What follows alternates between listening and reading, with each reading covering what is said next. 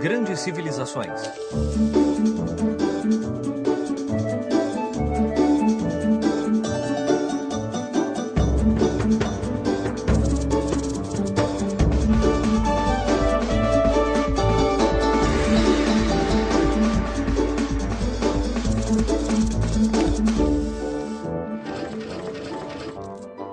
Os Hebreus, primeira parte. Ao longo da história, muitos povos se multiplicaram e começaram a se destacar. Mas, independente do quão forte ou poderosos eram, muitos deles, mais cedo ou mais tarde, acabaram por desaparecer ou ser dominados por outros povos. Houve muitas invasões às civilizações antigas. Alguns povos foram conquistados e algumas culturas desapareceram completamente nas areias do tempo. No entanto, havia um povo muito pequeno que, apesar de não ter qualquer poder militar, conseguiu atravessar o vasto oceano da história e chegar aos nossos dias. O povo hebreu. Os antigos hebreus conseguiram resistir graças a uma poderosa crença. Acreditavam ser o povo escolhido por Deus. Abraão, o primeiro hebreu. A história do povo hebreu pode ser encontrada em um livro muito especial. Alguém sabe qual é o nome do livro? É Peter Pan? A Bela Adormecida. Não. Chapeuzinho Vermelho? Nada disso. O livro é a Torá. A história conta que por volta do ano 1900 a.C., Abraão, o filho de um escultor da cidade de Ur, fez um trato com Deus, que lhe prometeu em troca as terras de Canaã. Abraão reuniu seu povo. Juntos arrumaram todas as coisas e partiram para uma longa viagem até as terras que Deus havia prometido a eles. Então os hebreus partiram rumo às terras de Canaã. Mas havia um pequeno problema. Não eram apenas os hebreus que estavam interessados nas terras de Canaã. Na verdade, muitos outros povos estavam querendo ocupar aquelas terras. A verdade é que as terras de Canaã eram muito ricas e férteis. E além disso, elas se situavam entre dois grandes reinos da época. O do Egito, no norte da África, e o da Babilônia, na Mesopotâmia. Esses reinos poderosíssimos estavam lutando por esse território, porque inúmeras rotas de comércio passavam por lá. Mas essa terra era muito mais do que apenas uma zona fértil para os hebreus. Era a Terra Prometida. De fato, o pacto que Abraão havia feito com Deus envolvia uma outra coisa. Abraão e seu povo tiveram de renunciar a todas as religiões que adoravam muitos deuses e tiveram que aceitar a existência de um único Deus, o Criador de todas as coisas. Os patriarcas. Eu, Abraão, sou o líder do meu povo. Isso faz de mim o primeiro. O patriarca é o homem-chefe de uma família. Isso significava que ele impunha as leis e também era o líder religioso. O patriarca era o líder de sua esposa, filhos e também dos filhos de famílias bastante próximas. Quando o patriarca morria, o filho mais velho do sexo masculino se tornava o novo patriarca e assim por diante. O filho mais velho de Abraão era Isaac, e o filho de Isaac era Jacó. Jacó tornou-se famoso porque teve 12 filhos, e cada um deles se tornou o patriarca de sua própria tribo. Essas foram as 12 tribos de origem da nação de Israel. Atualmente, diz-se que o povo de Israel é descendente dessas tribos. O cativeiro no Egito.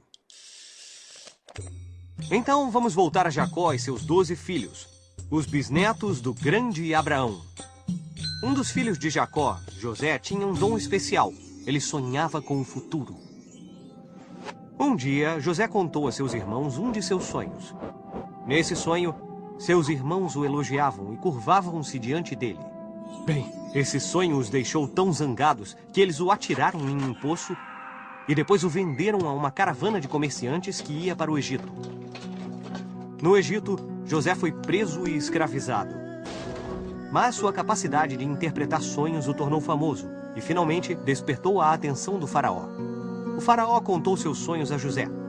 Em um deles, apareciam 7 vacas gordas e muito tempo depois, 7 vacas muito magras. José advertiu o faraó que após 7 anos de abundância de alimentos, haveria 7 anos de escassez. O faraó estava convencido, libertou José e deu-lhe um emprego. Você será meu vice-rei! Quando os anos de fome chegaram, como José havia previsto, o faraó estava preparado e tinha armazenado o suficiente para alimentar seu povo. Mas os 11 irmãos de José estavam com fome, então viajaram com suas famílias para o Egito à procura de algo para comer. E então José cuidou deles.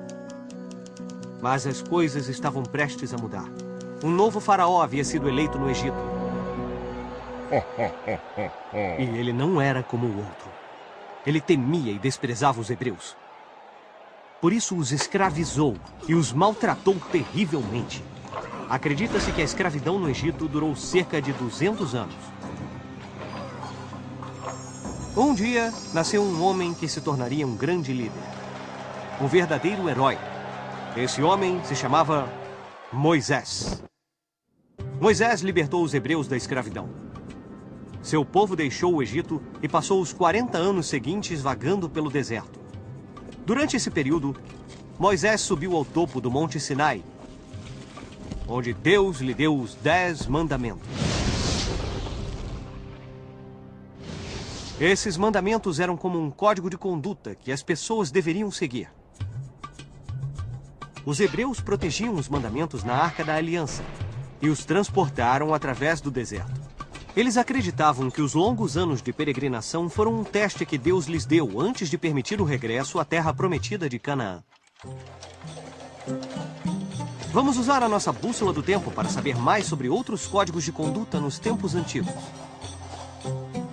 Dizem que Moisés recebeu os 10 mandamentos de Deus. Essas leis eram um código de conduta que os hebreus deviam seguir. Os 10 mandamentos eram tão importantes que o grande templo de Jerusalém foi construído para protegê-los. E por que esses mandamentos eram tão importantes? Não seria melhor se todo mundo simplesmente fizesse o que quisesse? Claro que não, Pipo. Imagine se todo mundo só fizesse o que quisesse. As pessoas poderiam roubar, mentir, ou mesmo matar sem serem julgadas pelas outras. Ah! Então, antes de Moisés, todos basicamente lutavam uns contra os outros e só a pessoa mais forte é que podia fazer as regras? Mais ou menos. Todos os povos têm regras para determinar como as pessoas têm que se comportar em sociedade. Mas às vezes elas podem mudar, dependendo dos caprichos dos mais poderosos. Uns 500 anos antes de Moisés, em torno de 1700 a.C., um rei babilônico chamado Hammurabi conquistou uma vasta região da Mesopotâmia. Mas cada região que ele havia conquistado tinha seu próprio conjunto de regras e nenhum deles estava escrito. Assim, as regras podiam mudar dependendo do governante do momento. Isso causou muita confusão e muitas brigas, pois ninguém sabia, na verdade, quais eram as regras. Então, como poderiam segui-las? Assim, Hammurabi esculpiu numa grande coluna de pedra o primeiro código de conduta da história.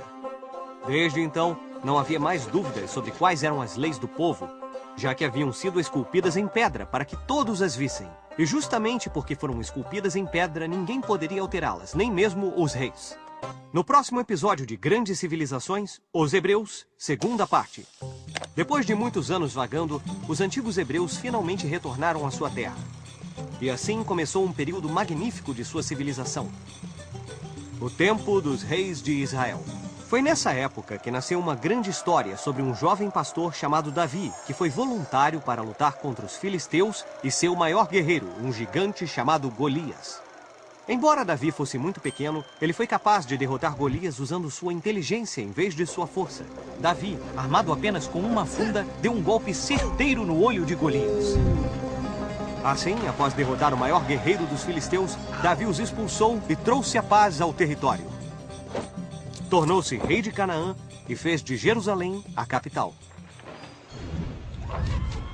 Salomão fez o seu melhor para evitar guerras e invasões. Porém, o reino estava cercado por outros povos, como os assírios, babilônios e egípcios.